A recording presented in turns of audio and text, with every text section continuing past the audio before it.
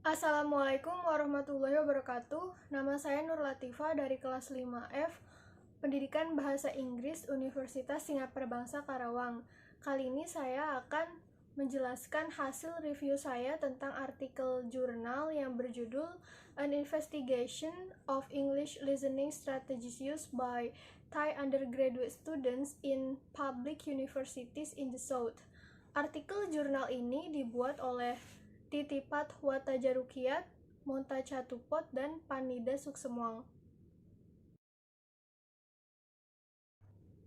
Tujuan dari penelitian ini adalah untuk menyelidiki listening comprehension strategies yang digunakan oleh mahasiswa S1, serta perbedaan penggunaan strategi di antara partisipan yang memiliki kemampuan tinggi dengan yang memiliki kemampuan rendah, serta strategi yang digunakan di seluruh universitas.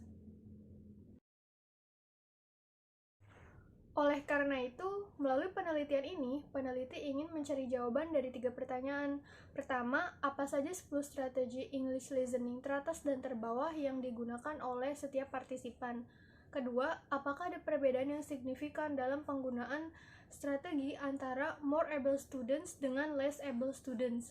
Ketiga, apakah terdapat perbedaan dalam pemilihan strategi tiap individu di antara kelompok mahasiswa di seluruh universitas? Kemudian, peneliti tersebut mencari jawaban pertanyaan penelitian dengan cara mengumpulkan data dari setiap partisipan. Cara peneliti mengumpulkan data ada 2 tahap, yaitu listening strategy questionnaire dan listening test.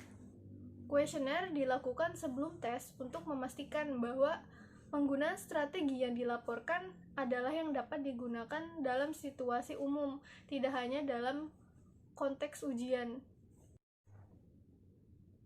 Sebelum mengisi angket, partisipan dijelaskan dahulu tentang tujuan dari pengumpulan data ini, serta deskripsi mendetail dari kuesioner ini, serta instruksi dan syarat-syarat apa saja yang harus dipatuhi ketika mengisi kuesioner.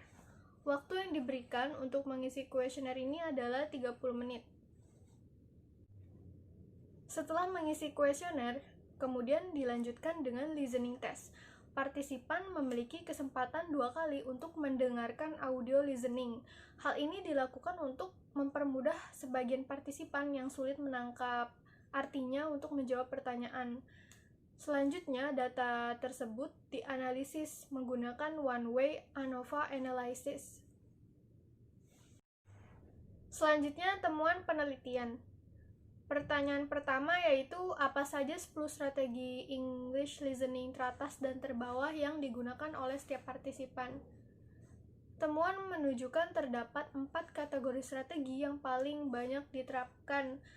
Ada strategi kognitif, metakognitif, afektif, dan kompensasi. Strategi kognitif seperti pengetahuan mereka sebelumnya tentang grammar, menerjemahkan ke dalam bahasa pertama, dan memahami poin penting. Selanjutnya, strategi metakognitif seperti memperhatikan masukan dan mendengarkan musik Inggris. Untuk strategi afektif, contohnya seperti merelaksasikan diri dan mendorong diri sendiri. Dan strategi kompensasi seperti menebak arti dari nada suara, ekspresi wajah, dan gestur. Sedangkan strategi yang paling jarang digunakan adalah strategi memori. Selanjutnya, pertanyaan kedua yaitu apakah ada perbedaan signifikan dalam penggunaan strategi antara more able students dengan less able students. Temuan ini menunjukkan bahwa more able students lebih banyak menggunakan strategi memori, kompensasi, metakognitif, sosial, dan afektif daripada less able students yang lebih sering menggunakan strategi kognitif. Tetapi dapat disimpulkan bahwa tidak terdapat perbedaan yang signifikan tentang penggunaan strategi antara more able students dengan less able students. Selanjutnya, pertanyaan ketiga yaitu apakah terdapat perbedaan dalam pemilihan strategi tiap individu di antara kelompok mahasiswa di seluruh universitas? Temuan ini menunjukkan bahwa terdapat perbedaan yang signifikan tentang strategi yang digunakan, yaitu using prior knowledge, listening to English news, dan practicing listening and speaking with friends. Juga terdapat dua perbedaan strategi yang digunakan di seluruh universitas, yaitu taking notes dan emotional control. Kemudian, gap penelitian. Penelitian ini hanya menggunakan third year undergraduate students sebagai partisipan. Oleh karena itu, dengan population gap ini, jika saya akan melakukan penelitian lebih lanjut, maka saya akan menggunakan mahasiswa dari tahun pertama, kedua, dan ketiga dari jurusan pendidikan bahasa Inggris, serta akan lebih memperhatikan perbedaan strategi yang digunakan dalam listening antara mahasiswa perempuan dan laki-laki, dan apakah gender memengaruhi penggunaan strategi dalam listening.